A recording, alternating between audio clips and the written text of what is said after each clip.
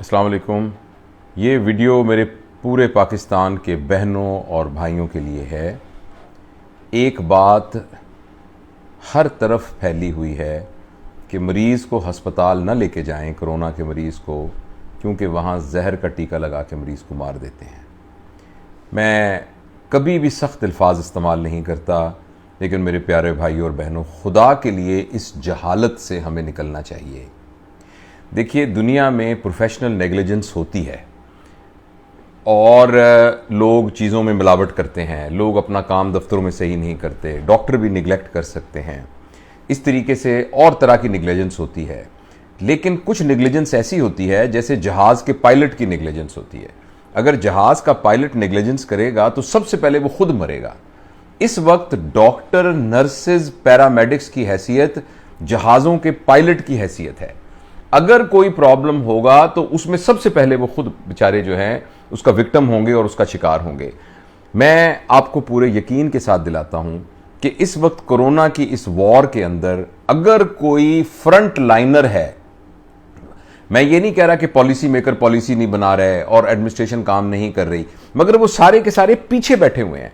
जो सीधा का सीधा यानी जो एक फायर लाइन के अंदर है, जो कोरोना को अपने हाथों के साथ और अपने जिस्म के साथ उसको हैंडल कर रहा है, वो सिर्फ डॉक्टर्स हैं, नर्सेज हैं, पैरामेडिक्स हैं, स्पोर्ट्स स्टाफ है, लेबॉर्ट्री के लोग हैं, वो जो डायरेक्ट हेल्थ वर्कर्स हैं वो है। ऐसी सूरत हाल के अंदर हम अपनी बेवकूफ़ी की वजह से और बगैर एहतियात करने की वजह से हमने इस वायरस को पूरे पाकिस्तान में फैलने दिया। फिर ईद के दिनों में पता नहीं हमारे ऊपर क्या पागलपन का दौरा पड़ा कि हमने वो जूतियां नहीं लेने के लिए और चूड़ियां नहीं लेने के लिए और कपड़े लेने के लिए एक पूरा का पूरा एटम बम फोड़ दिया इस वायरस का। उस सारे की वजह से बीमारी इस कदर फैल गई। फिर हमें अकल नहीं है, माफ कीजिएगा मैं बहुत सख्त ज़बान इस्तेमाल कर रहा हूं जो मेरे मिजाज का हिस्सा नहीं है, कि हमें इस बात की अकल नहीं थी कि हमने एक प्रॉपर मेडिकल केयर के अंदर अपने आप को रखना है। हमने उन पेशेंट्स को खराब होने दिया और उसके बाद जब वो पेशेंट सीरियस हालत में, टर्मिनल हालत के अंदर अस्पताल में आते हैं तो एक आम खबर होती है कि आईसीयू में लेके गए, अगले दिन लाश लेकर आ गए। भाई, उस वक्त पेशेंट उस स्टेज के ऊपर है जिस वक्त उसके फेफड़े बिल्कुल एक स्टिफ हो चुके हैं और वेंटिलेटर भी उनको सांस नहीं दे सकता। तो ऐसी सूरत के अंदर जो ये आजकल वाकयात हो रहे हैं कि डॉक्टर जहर का टीका लगा रहे हैं, देखिए, अगर आपने डॉक्टरों के साथ, पैरामेडिक्स के साथ, नर्सेस के साथ और तुम्हारे उन तमाम बहन भाइयों के साथ जो अपनी जान की परवाह किए बगैर फ्रंट लाइन के ऊपर इनकी केयर कर रहे हैं, अगर उनके साथ हमने इस तरीके का सलूक किया तो ये इसके बहुत ये अच्छे नतीजे इसके नहीं निकलेंगे, क्योंकि वो बेचारे अपना दिल छोड़ देंगे। आप यकीन करें, मैं चूंकि डॉक्टर हूं, जितनी भी वार्ड्स हैं, हर वार्ड के अंदर 8-8, 10 डॉक्टर बेचारों को कोरोना हुआ है। वो कोरोना कहां से हुआ है? अगर वो भी चुप करके घर में बैठ जाते तो उनको कोरोना ना होता। वो चूंकि अपनी जान को सामने रखकर उसकी परवाह किए बगैर फ्रंट लाइन के अंदर हमारे बहनों भाइयों की खिदमत कर रहे हैं और इस खिदमत करने की उनको तनख्वाह मिलती है। ये उनका फर्ज है, ये उनकी जिम्मेदारी है।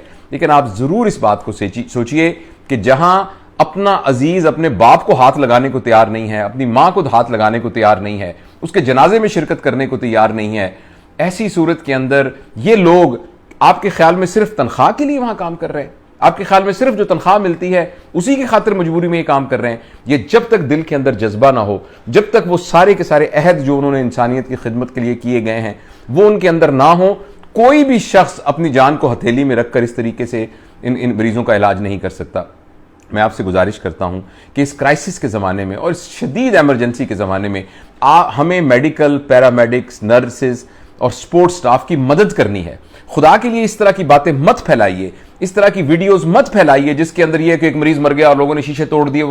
भाई, हम वो सारे लोग हैं जो सारी जिंदगी ये कहते रहते हैं कि जिंदगी मौत अल्लाह के हाथ में है, मौत का वक्त मुकर्रर है।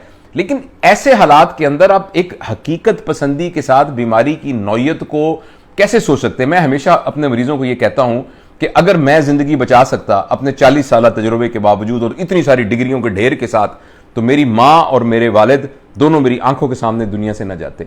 मैं उनको मैं मरने से बचा लेता। तो जिंदगी मौत तो इंसान के हाथ में नहीं है, अल्लाह पाक के हाथ के अंदर है। लेकिन डॉक्टर अपने तौर पर, ठीक है, कुछ लोग होते हैं हर प्रोफेशन के अंदर जो थोड़े बहुत ढिल्ले होते हैं, मगर अक्सरियत अपनी जान हथेली में रख के ये काम कर रही है। तो मेरे वो सारे बच्चे, मेरे तो ज़ाहिर बच्चों की उम्र में ही हैं, यंग डॉक्टर्स, नर्सेज, पैरामेडिक्स, जो आप सबकी खिदमत के लिए मौजूद हैं, खुदा के लिए उनका दिल मत तोड़िए, खुदा के लिए इस किस्म के कलमात उनके लिए इस्तेमाल ना कीजिए। खुदा ना, और हम इस वक्त है कि एज अ नेशन हमें यूनाइट होना है। इस वक्त हम तबकात में बढ़ जाएं, डॉक्टर खराब हैं, नर्सेज खराब हैं, फलां खराब है, फलां खराब है, सियासतदान ठीक नहीं है, फलां ठीक। यही तो वो वक्त है जिसमें कौमों ने इकट्ठे होना है और वातसिमू बिहब्लिल्लाहि जमीअन वला तफर्रकू वाली कुरान की आयत के ऊपर अमल करना है, ताकि फिर अल्लाह ताला की वो रहमत जो कुरान की आयत के साथ मुतल्लक है वो हमारे ऊपर उतरे। यही तो वक्त है जो वो इकट्ठा होना है। खुदा के लिए इस तरह की गलत बातें मत फैलाइए, और जो SOPs बताई जा रही हैं, और खुदा के लिए मैं आपके सामने हाथ जोड़ता हूं, मेहरबानी करके घरों में बैठिए, खुदा के लिए टिक जाइए, खुदा के लिए अभी शॉपिंग वगैरह छोड़ दीजिए, खुदा के लिए अभी बाजारों में उस तरीके से ना फिरिए, थोड़ी देर के लिए सब्र कर लीजिए, तो इंशाअल्लाह आप देखेंगे कि हम इस बीमारी पर काबू पा लेंगे। मेहरबानी करके इन बातों को जरूर अमल कीजिए। मैं बहुत ही दुखी दिल से ये बात कर रहा हूं। मैं अपने 2 बेटों को, बल्कि 3 बेटों को, डॉक्टर मोहम्मद अरमगान जो कि one of the finest surgeon है, मेरा ट्रेनी है, वो मेरा बच्चा है, मेरे अपने बेटों की तरह है, वो जो है वो बहुत मुफीद इंसान है, हज़ारों लोगों को कि उसने ऑपरेशन किए, हज़ारों लोगों को वो सर्जरी सिखाता है। वो एक छोटे से कमरे में बेचारा क्वारंटाइन होकर कोरोना के साथ लड़ रहा है। मेरे जो 2 रियल बेटे वो उसके यानी क्वारंटाइन के अंदर हैं। हम खुद मतलब इतने लोगों को, अपने अजीज़ों अकारब को देख रहे हैं। इस सारे में हम सबकी एक कौमी जिम्मेदारी है। मेहरबानी करके घर में रहिए। यकीन करिए कोई जहर का टीका नहीं है, किसी किस्म का कोई जहर का टीका नहीं। जो कौन लगाएगा जहर का टीका? आपके ख्याल में किसी को जहर का टीका लगा के कोई रात को सुकून से सो सकता है? आपके ख्याल में इंसान इतना बेजमीर हो सकता है कि किसी को खुद मार देगा? तो इसलिए मेहरबानी करें, इस किस्म की अफवाहों से बचें, और इस तरह की कोई बात आती है तो खुदा के लिए उसको ना फैलाइए। ये वो वक्त है जहां हम सब ने इकट्ठे होना है। अल्लाह हमारी मदद करे।